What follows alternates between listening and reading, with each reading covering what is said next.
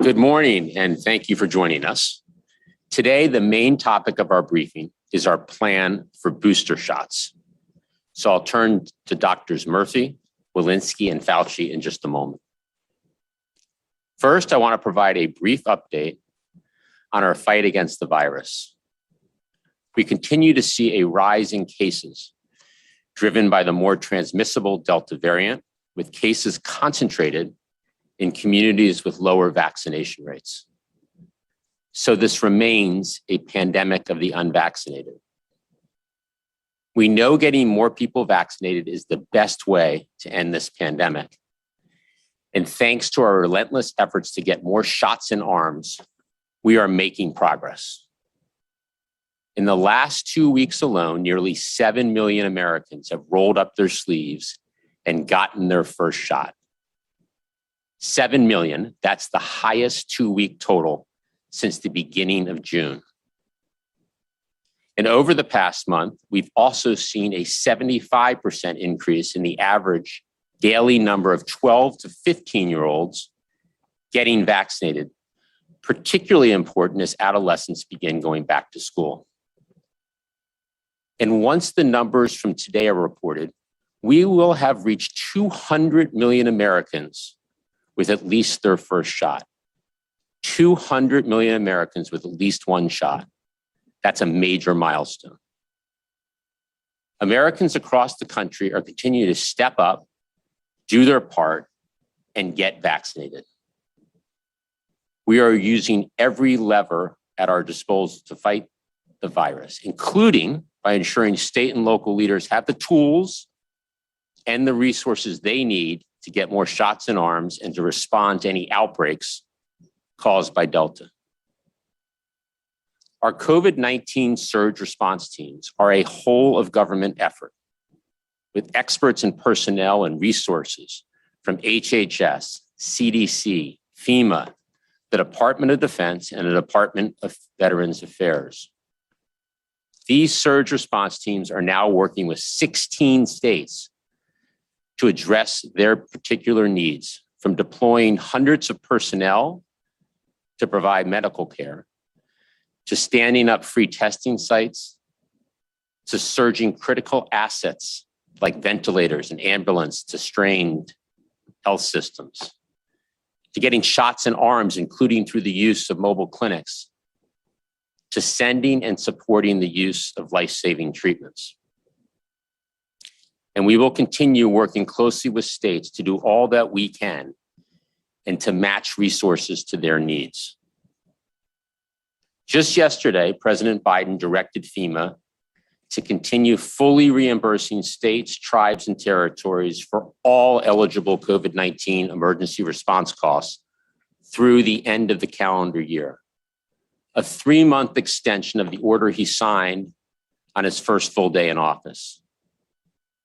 Importantly, this maintains 100% federal reimbursement for state deployments of National Guard personnel for critical COVID-19 missions. President Biden committed to the American people that he would do everything in his power to end this pandemic. And from his first day in office, the president has marshaled a wartime effort to do exactly that. We've been preparing for every scenario, including the potential need for vaccine booster shots. Our approach on booster shots is simple, and it's consistent with our approach on every other front of this war. Be guided by the science, and always, always stay one step ahead of the virus. Now let me turn it to Dr. Murthy to discuss our booster plans, and then Drs. Walensky and Fauci to discuss the science behind the plan. Over to you, Dr. Murthy. Well, thanks, Jeff, and it's good to be with all of you again today. Today, I want to update you about where we are regarding boosters for fully vaccinated individuals. Our top priority has always been protecting people and their families with from COVID-19. And we have been fortunate to have safe, effective vaccines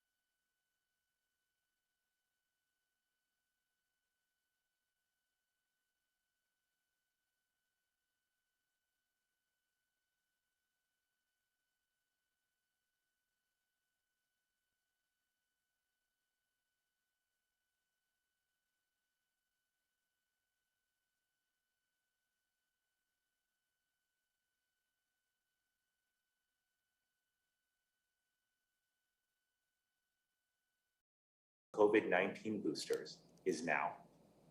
Recent data makes clear that protection against mild and moderate disease has decreased over time. This is likely due to both waning immunity and the strength of the widespread Delta variant. Even though this new data affirms that vaccine protection remains high against the worst outcomes of COVID, we are concerned that this pattern of decline we are seeing will continue in the months ahead, which could lead to reduced protection against severe disease, hospitalization, and death. That is why today we are announcing our plan to stay ahead of this virus by being prepared to offer COVID-19 booster shots to fully vaccinated adults 18 years and older. They would be eligible for their booster shot 8 months after receiving their second dose of the Pfizer or Moderna mRNA vaccines. We plan to start this program the week of September 20th, 2021. I want to be very clear. This plan is pending the FDA conducting an independent evaluation of the safety and effectiveness of a third dose of the Pfizer and Moderna mRNA vaccines, and the CDC's Advisory Committee on Immunization Practices issuing booster dose recommendations based on a thorough review of the evidence. The plan ensures that people who were fully vaccinated earliest in the vaccination rollout will be eligible for a booster first. This includes our most vulnerable populations, like our healthcare providers, nursing home residents, and other seniors. We will also begin delivering booster shots directly to residents of long-term care facilities. For people who received the Johnson & Johnson vaccine, we anticipate vaccine boosters will likely be needed. The J&J vaccine was not administered in the US until March of 2021, and we expect more data on J&J in the coming weeks. With those data in hand, we will keep the public informed with a timely plan for J&J booster shots. I want to emphasize that this decision was not made lightly. It was made with careful consideration by the top medical and public health experts in the Department of Health and Human Services. It was informed by data, thoughtful analysis, and by our collective years of experience addressing illness and epidemics. As always, we will continue to follow the science on a daily basis, and will take whatever steps are necessary to protect our nation from COVID-19. This plan to administer booster doses does not change our commitment to vaccinating those who are not yet vaccinated here in the US and around the world. The overwhelming majority of hospitalizations and death continue to occur among the unvaccinated. We will continue to ramp up efforts to increase vaccinations here at home and to ensure people have accurate information about vaccines and access to vaccinations. We will also continue to expand our efforts to increase the supply of vaccines for other countries, building on the over 600 million doses we have already committed to donate globally. We understand well that global pandemics require a global response and strong leadership, and we will not stop until America and the world are vaccinated against COVID-19. I'm speaking to you today as your Surgeon General, but most importantly as a fellow American who has felt the pain of losing family members to this disease, and who hears each day the stories of people whose lives have been upended and forever altered by COVID-19. The brave doctors and nurses in our hospitals, the teachers working to get our kids back to school, and the frontline workers who have put themselves on the line to make sure we can get groceries and supplies. We all want this pandemic to be over. And right now, our quickest path to getting COVID-19 under control once and for all is getting vaccines to those who need them as quickly as possible. So here's what you need to know. If you are fully vaccinated, you still have a high degree of protection from the worst outcomes of COVID-19, severe disease, hospitalization, and death. So we are not recommending that you go out and get a booster today. Instead, starting the week of September 20th, fully vaccinated adults could begin getting their booster shots 8 months after their second shot of an mRNA vaccine. And finally, all of us must do everything we can to protect our communities from COVID-19. That means encouraging our family and friends, our patients and students, our coworkers and neighbors to get vaccinated. That is our path to ending this pandemic. I'll now turn it over to Dr. Walensky, who will walk us through some of the data that help inform our decision to take action now. Good morning, Doctor. Good morning, everyone. And as Dr. Murthy mentioned, I want to provide an update on vaccine effectiveness. Today, we are releasing 3 articles in MMWR with data I will now describe that are helping to inform our booster plans. Recognizing that for most vaccines, there is a reduction in protection over time, we have been analyzing the data closely from a number of cohorts in the United States and around the world to understand how long protection from the initial COVID-19 vaccine series will last. Examining numerous cohorts through the end of July and early August, 3 points are now very clear. First, vaccine-induced protection against SARS-CoV-2 infection begins to decrease over time. Second, vaccine effectiveness against severe disease, hospitalization, and death remains relatively high.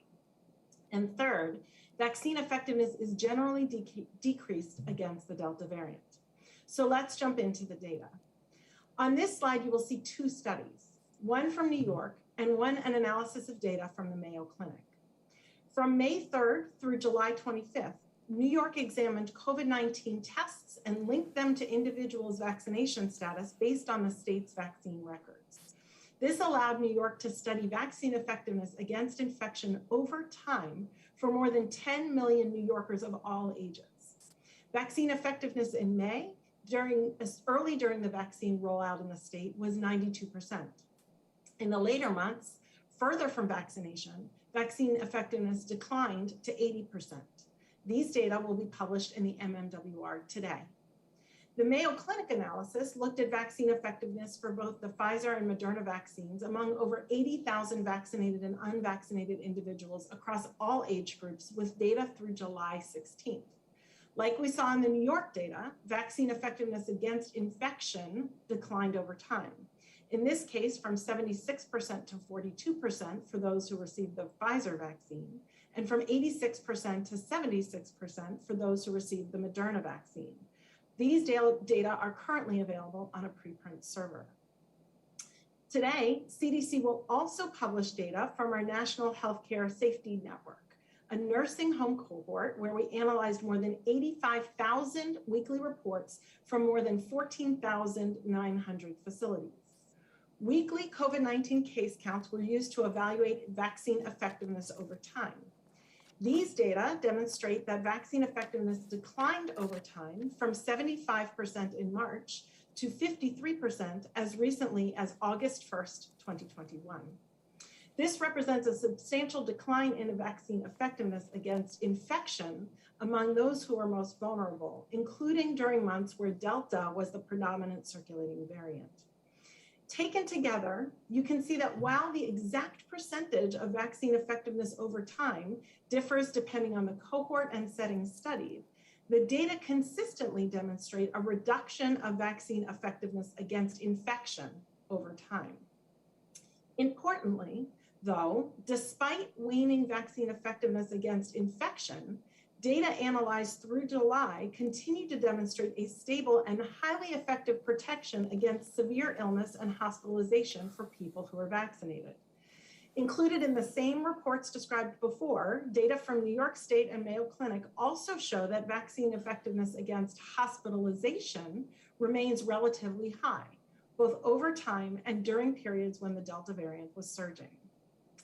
CDC will also publish today in the MMWR data from the Ivy network, which examines data over 3,000 adults admitted to 21 hospitals across 18 states between March and mid-July.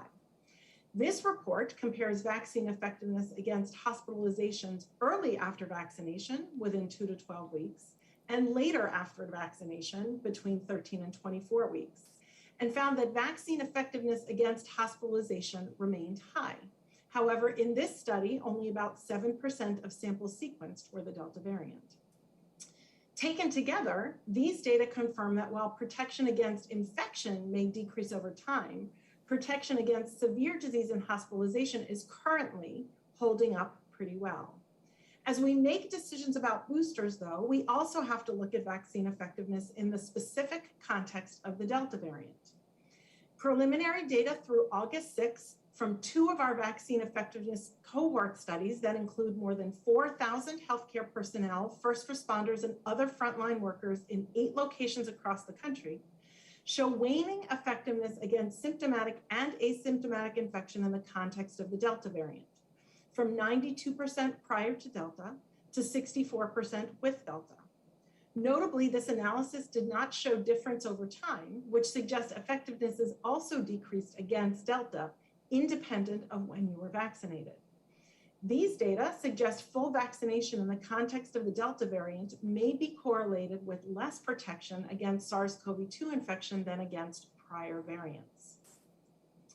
To be clear, our top priority is to save lives and prevent severe infections. The data we will publish today and next week demonstrate that vaccine effectiveness against SARS-CoV-2 infection is waning. And even though our vaccines are currently working well to prevent hospitalizations, we are seeing concerning evidence of waning vaccine effectiveness over time and against the Delta variant. Additionally, reports from our international colleagues, including Israel, suggest increased risk of severe disease amongst those vaccinated early. Given this body of evidence, we are concerned that the current strong protection against severe infection, hospitalization, and death could decrease in the months ahead, especially among those who are at higher risk or who were vaccinated earlier during the phases of our vaccination rollout. In the context of these concerns, we are planning for Americans to receive booster shots starting next month to maximize vaccine-induced protection. Our plan is to protect the American people and to stay ahead of this virus. Before I turn things over to Dr. Fauci to share the immunologic data informing our decisions, I want to emphasize one final thing. Our vaccines continue to offer the best protection against severe COVID illness. While we are still learning about how these vaccines perform over time and how long they will last against emerging variants, one thing is very clear. Getting vaccinated can keep you out of the hospital. Getting vaccinated can save your life. In areas with low vaccination coverage, we continue to hear far too many heartbreaking stories of people who did not get vaccinated, only then to get severe COVID-19. In these areas, the data are showing us that the more people who are in the hospital, and tragically, more people are dying of COVID-19. We are currently averaging over 500 COVID-19 deaths per day, and these remain largely preventable. If you are still unvaccinated, please get vaccinated. The single best action you can take to protect yourself and others is to simply get vaccinated in the first place.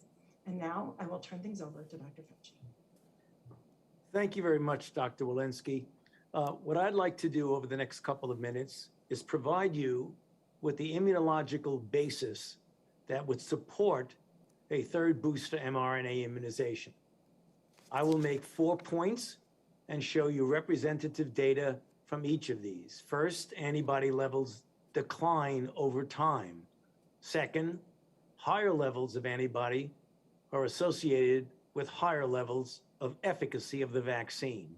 Third, higher levels of antibody may be required to protect against the problematic Delta variant. And finally, a booster mRNA immunization increases antibody titers by at least 10-fold and likely much more. Next slide. So let's take the first concept, that antibody levels decline over time, in this case, following 2 mRNA immunizations, and that's regardless of the variant. So if you look at the horizontal axis, at day 29 is when you get your second shot. You can see the level of antibodies go up at 43 days, but look what happens at 119 and 209 days. Regardless of the variant involved, the antibody levels against those variants decline over time. Next slide. Next concept, that higher levels of antibody are associated with higher levels of vaccine efficacy. This is often referred to as an immune correlate. And this is a paper recently published in a preprint server. And what it shows is that a model of vaccine efficacy, in this case, based on the Moderna phase 3 trial, showed that 4 weeks after the second dose, that what you have is a serum neutralization titer of 1 to 100, which goes up from the vertical red line. That gives you an efficacy of 91%. But if you look at the dark black line going from left to right, as you go further up, you get a higher degree of efficacy. So the higher the neutralization titer, the higher degree of efficacy of the vaccine in this model. Next slide. Third issue, higher levels of antibody may be required to protect against Delta. And I'm showing you data now, both from Moderna on the left and a paper in the New England Journal has very similar data from Pfizer. So if you look at the left panel, what you're measuring is neutralization titer after 2 doses of the immunization. And the open circles are the same people as in the pink circles. And you're looking at the fact that the neutralization titer required to neutralize the standard prototype D614G, which was the original variant, is clearly the titer is much lower. As you see, it all goes down in pink when you're dealing with Delta. Next slide. The next concept, and that gets to the booster. The booster mRNA immunization increases antibody titers by at least tenfold. These are data from Moderna, but Pfizer has announced very similar data. The bottom line is, if you look first at the left panel, the first column is looking at the antibody titers just before the third dose. And then 15 days after the third dose is shown right next to it that says D15. As you can see, a remarkable increase in titers against the 614G, the B1351, the P1, and in the Pfizer data, which you expect would be very, very similar to the Moderna, it was also against the Delta variant. So you get a dramatic increase in antibody titers when you do a third immunization dose. Last slide. And so in summary, the current immunological data that indicate that antibody levels decline over time, higher levels of antibody are associated with a higher level of efficacy, higher levels of antibody may be required to protect against Delta, and as I showed you on this former slide, a booster mRNA immunization increases antibody titers by multiple fold. All of this support the use of a third booster mRNA immunization to increase the overall level of protection. We'll go back to you now, Jeff. Thank you, Drs. Murthy, Fauci, and Walensky. I want to be clear, the President's whole of government vaccination effort is ready to get every American who needs one a booster shot. Pending FDA and ACIP approvals, boosters will be available starting the week of September 20th. The plan is for the rule to be simple. Get your booster shot 8 months after you got your second shot, I apologize. So if you got your second shot on February 1st, you can get a booster starting on October 1st. If you got your second shot on March 12th, you can get your booster starting on November 12th, and so on. Thanks to the aggressive actions we have taken to establish our vaccination program, it will be just as easy and convenient to get a booster shot as it is to get a first shot today. We have enough vaccine supply for every American, and you'll be able to get a booster at roughly 80,000 places across the country, including over 40,000 local pharmacies. In fact, 90% of Americans have a vaccine site within 5 miles of where they live. And importantly, boosters will be free, regardless of immigration or health insurance status. No ID or insurance required. So the bottom line is that we are prepared for boosters and we will hit the ground running. In the weeks ahead, we'll continue working closely with states, healthcare providers, pharmacies, and national and community-based organizations to ensure Americans know they should get a booster shot 8 months after their second shot. And we will be laser focused on getting boosters to long-term care facilities to make sure residents and staff get their shots and are safe and protected. Importantly, as we continue to vaccinate Americans, we will maintain our focus abroad, as we know this virus knows no borders. We have already shipped more than 115 million vaccine doses to 80 different countries. More vaccine doses donated than all the other countries in the world combined. And just this week, we started shipping the 500 million Pfizer doses that the U.S. pledged to purchase and donate to 100 low and lower middle income countries in need. And in the coming weeks and months, we will do even more to lead the global vaccination efforts, accelerating our work to build vaccine manufacturing and production capacity, both here in the U.S. and in other countries. Our wartime effort will continue doing everything we can to get even more people vaccinated, both here at home and around the world. We can and must do both at the same time, because that's what it's going to take to end this pandemic. And we will not stop until we get the job done. With that, let's open it up for questions. Thanks, Jeff. And as a reminder, please keep your question to one question. There are many today. First, let's go to Lev Thatcher at Stat News. Hi, folks. Thanks, as always, for doing the briefing. This is a Mike Ryan quote from a WHO briefing earlier today about booster shots. If we think about this in terms of an analogy, we're planning to hand out extra life jackets to people who already have life jackets. And I'm curious, I know you've emphasized, all of you, that this is a false choice, vaccinating Americans versus vaccinating the rest of the world, but could you explain how there isn't finite vaccine capacity and how booster shots for Americans does not at this moment come at the expense of first vaccine or second vaccine doses for folks elsewhere in the world? So let me go first, and then Dr. Murthy, if you want to add anything. Look, to end this pandemic, we have to protect the American people, and we have to continue to do more and more to vaccinate the world.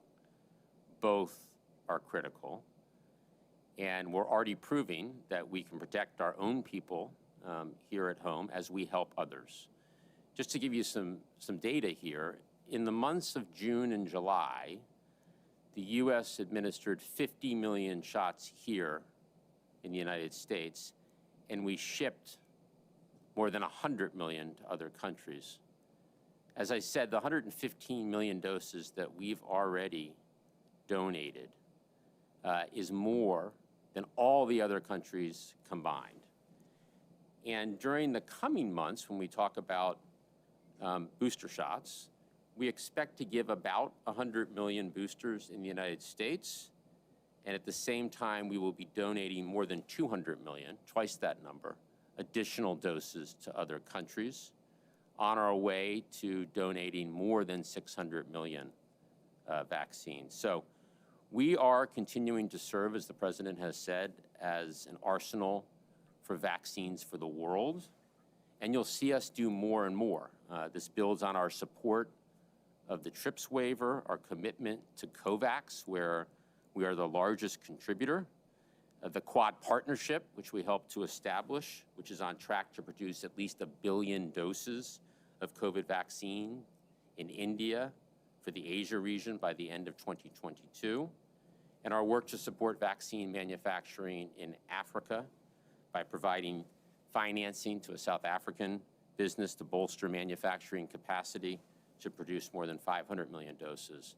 And we're just going to keep going and going and going. So this is a situation where we're going to do both. We're going to both protect the American people, and we're going to do more and more to help vaccinate the world. Dr. Murthy? Well, thanks, Jeff, and Lev, good to hear your question. Appreciate it. Look, I do not accept the idea that we have to choose between America and the world. We clearly see our responsibility to both, and that we've got to do everything we can to protect people here at home while recognizing that tamping down the pandemic across the world and getting people vaccinated is going to be key to preventing the rise of future variants. We know that, we see that clearly, and we believe we have to work on both fronts as we have been. But Lev, when we see data that is giving us essentially indications that protection is starting to diminish in terms of mild, moderate disease, when we recognize that if this trajectory continues, that people who are well protected today may see more vulnerability in the future, we have to act. The science tells us that, our clinical judgment tells us that, and that was a collective decision of the top public health and medical experts in this administration. So again, we will do everything possible to protect people in our country. That's why we're announcing this booster plan. But we will also continue to accelerate our efforts to vaccinate the rest of the world. We take that responsibility very seriously. Next question, please. Cheyenne Haslett at ABC News. Hi, thanks for taking my question.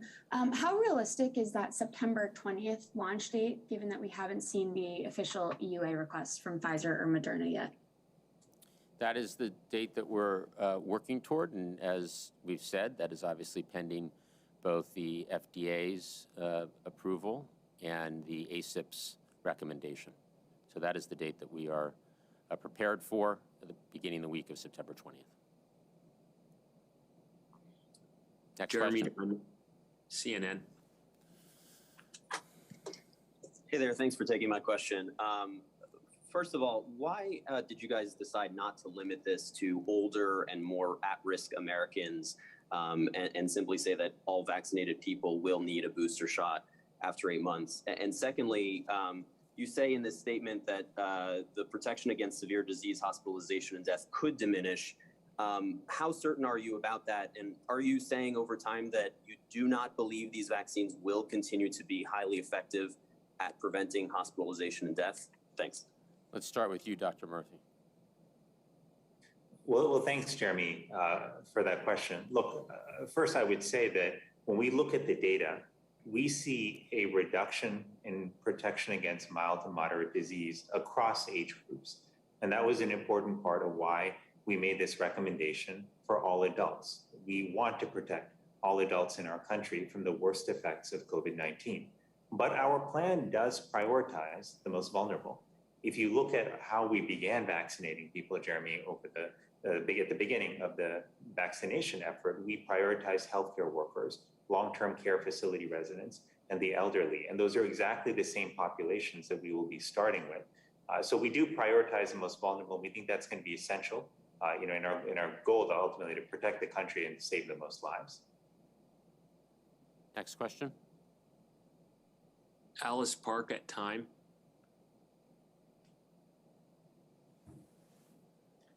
Yes, just wanted to ask again, Jeff, if you could just provide some more details on the plan for administering the booster shots.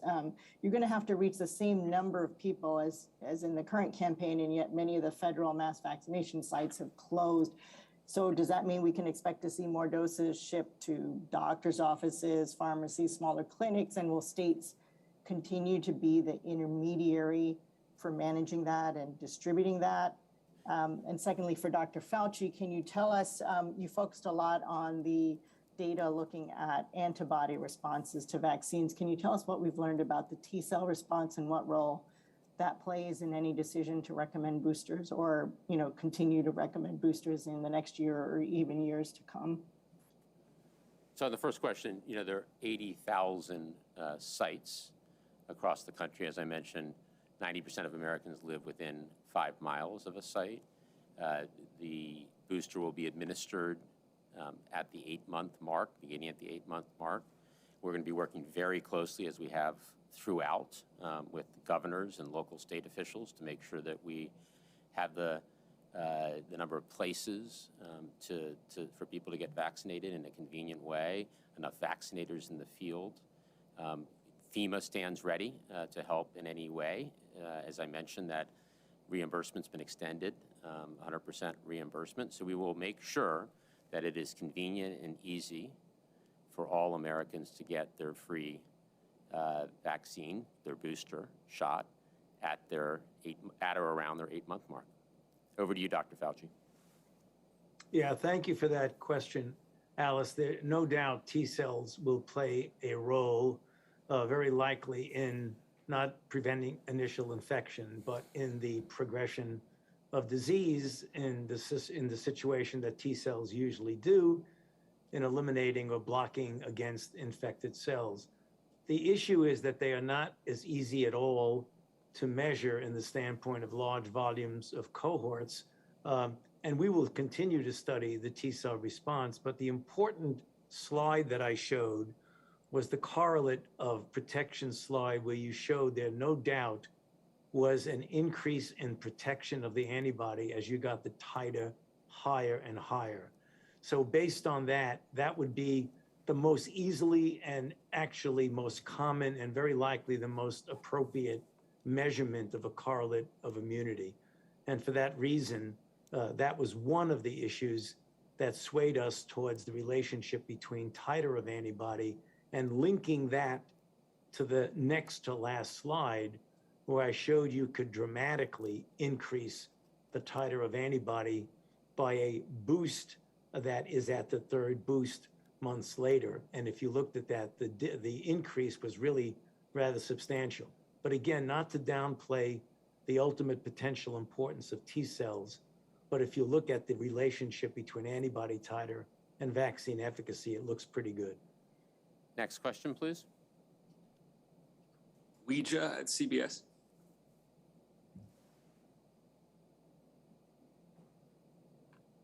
Hi, thanks so much for taking my question.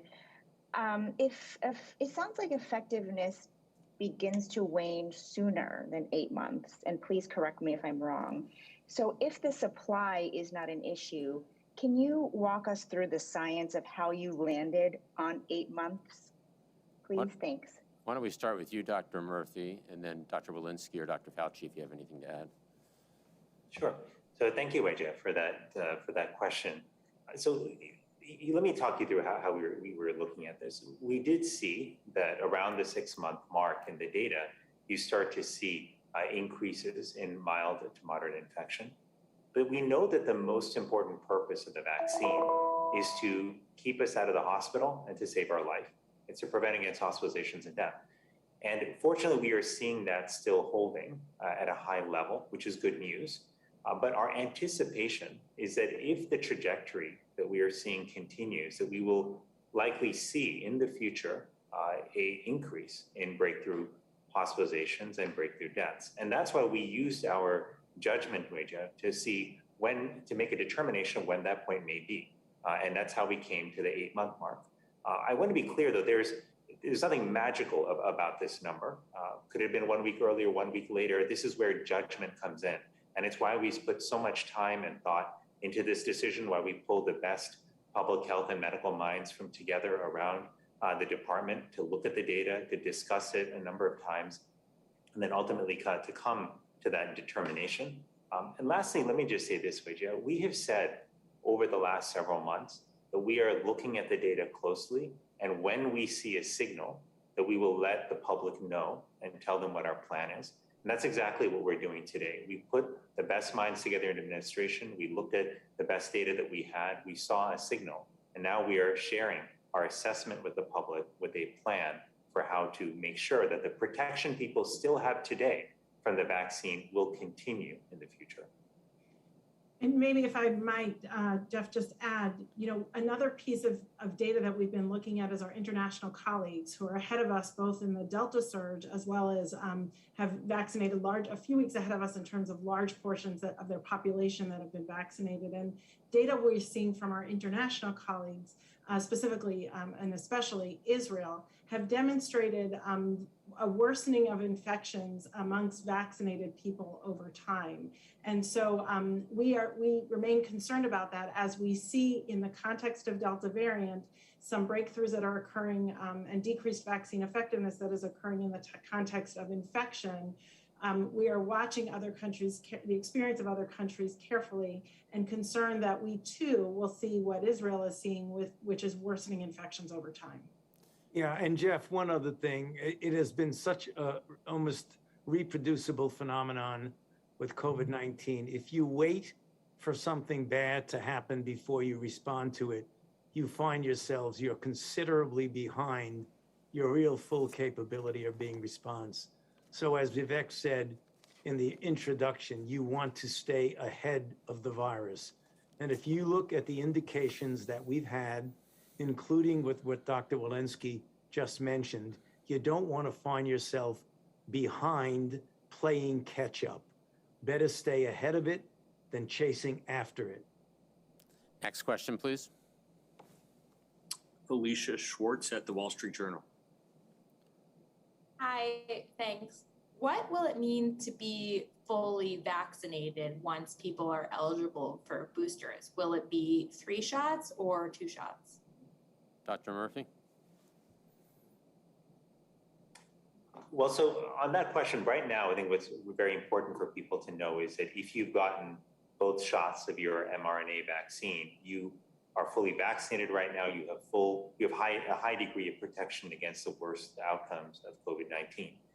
But our recommendation, and down the line, again, pending the advice and the review of the FDA and ACIP, the Advisory Community Immunization Practices, is that we believe that that third dose will ultimately be needed to provide the fullest and continual extent of protection that we think people need from the virus.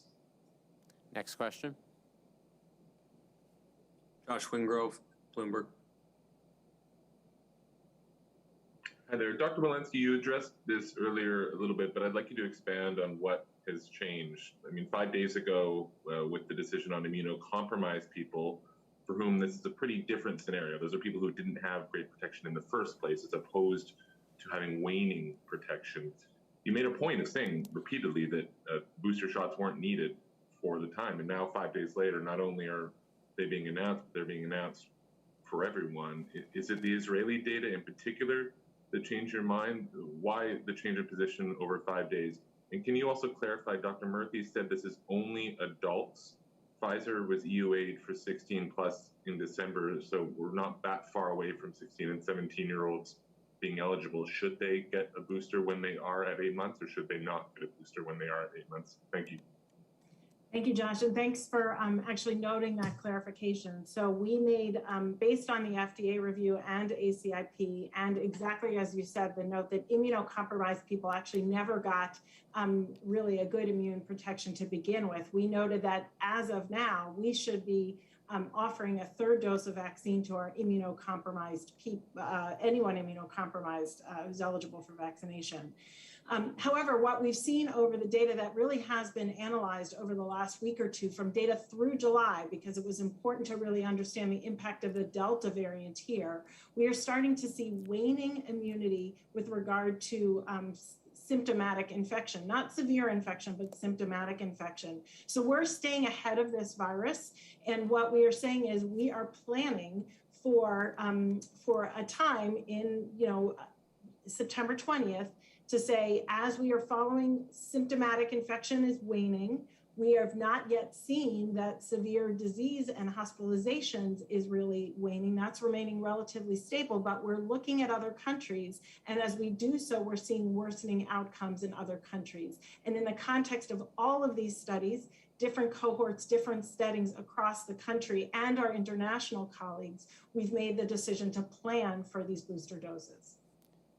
Dr. Murthy, do you want to address the 16, 17-year-olds?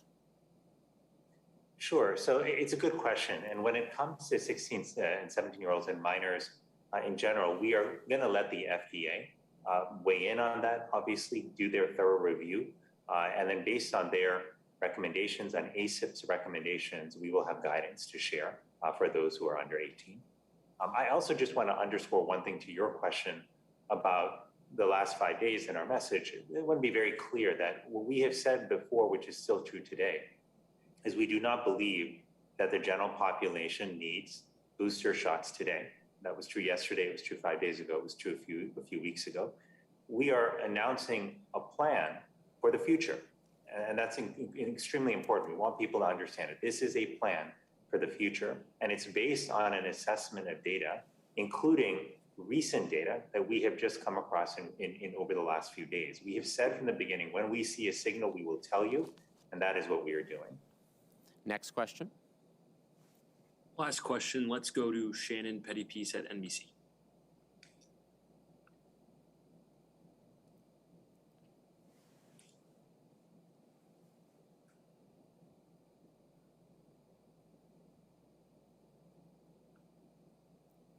Kevin, we're not hearing a question. We are not.